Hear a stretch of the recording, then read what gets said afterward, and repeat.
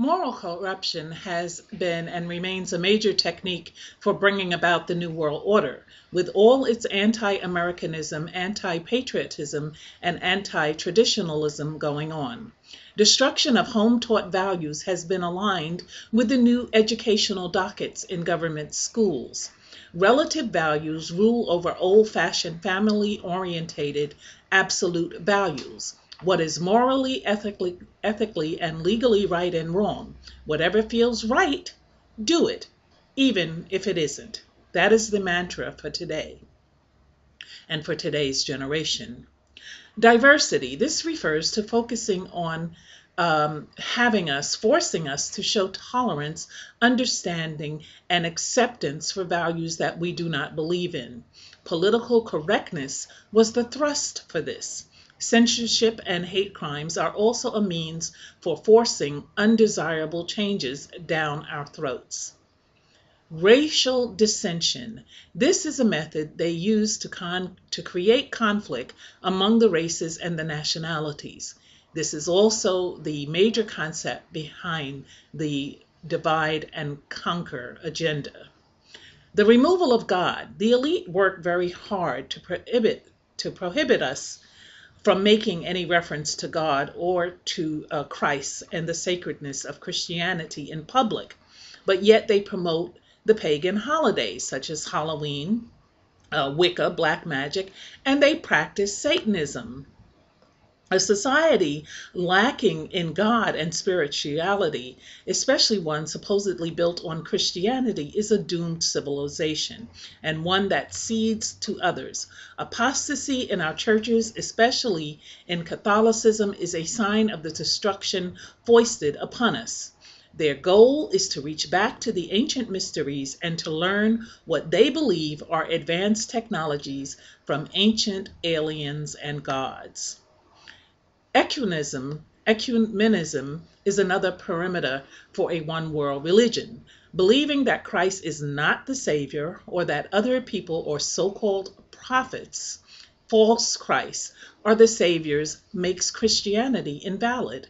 Some believe New Ageism will be the one-world religion, while others think global warming will become the hymn. An aspect of their plan is their contrived apocalypse based on the books of Revelation and Daniel. Now, when I say contrived, I'm not talking about the actual word as it defines these days to come, but I'm talking about the false teachings that will come from the false prophets. They also plan to remiss authority figures. Many parents and adults fear today's youth. Kids scream, they yell, they mock, and they often physically abuse their parents or other elders. They're rude and disrespectful, and much of this is attributed to the "it takes a village to raise a child" mentality, where children are supposed to be cuddled, free-thinking, and do whatever they want. Parents, however, and authority figures have become remiss in correcting these foul children.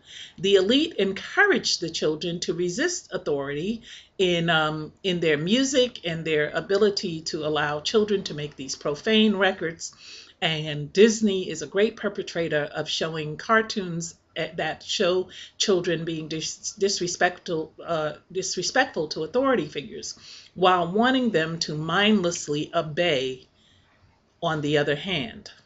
The failing educational system. Education is the key approach for altering children's beliefs of what is right and what is wrong through mind control programs, rewriting history, introducing alternative and debased sexual teachings, and you'll see that in my Illuminati gay agenda to the kids, teaching the kids the homosexuality. It's under my videos.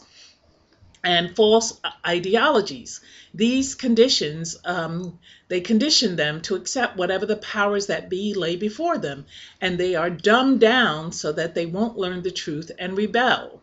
Sexual perversion is used to advance the elite's goals and degrade our morals, getting us to accept and even adopt anything they put on us, and often using such activity to blackmail us. Drugs and alcohol is breeding a society of chemically abused and dependent individuals. It's one way to get people to accept matters contrary to their morals and to rely on government to help them get through it. Addiction robs us financially and psychologically while diverting law enforcement efforts to other areas. Prescribed medicine makes us reliant on pills and doctors while ballooning the pharmaceuticals' profits. Gambling promotes illegal activities through the pretense of enjoyment and the promises of making big money. It's yet another scheme by the elites to keep us dependent on money and materialism for our happiness, and to be dependent on outside forces for our happenings and success. Chaos is a maneuver to keep us bewildered by putting events and activities in a framework of utter turmoil whereby no one knows what to do, who to believe, or whom to rely upon. The powers can emerge as the saviors, quote unquote, by offering solutions to the chaos that they have already secretly exacted. Now, conflicting issues via the Hegelian dialects keep the masses on edge, doubting and confused, as well as sidetracked from the real issues they want to forward.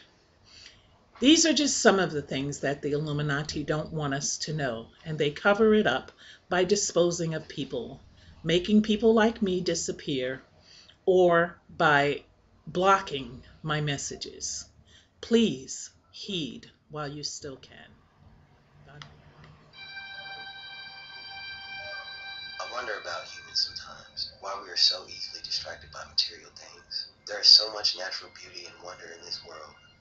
We are not defined by the material things we own. With all the beauty inside of us and around us, we choose to focus on things that do not matter. We focus on material things. Is there a reason for that?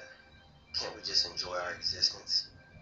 Why do we choose to focus only on the final result instead of the entire process of creating and building new things? It takes incredible effort and planning to create some of the amazing things on this planet. It's all taken for granted because nobody cares about the journey, only the destination, only the finished product. I observe this around me every day. Instead of understanding that we are all special individuals, we flock to theaters, arenas, stadiums, to be entranced by people that we deem to be bigger than us. According to who? Them? The people who control them? Who chose these people to play the role of masters of the world?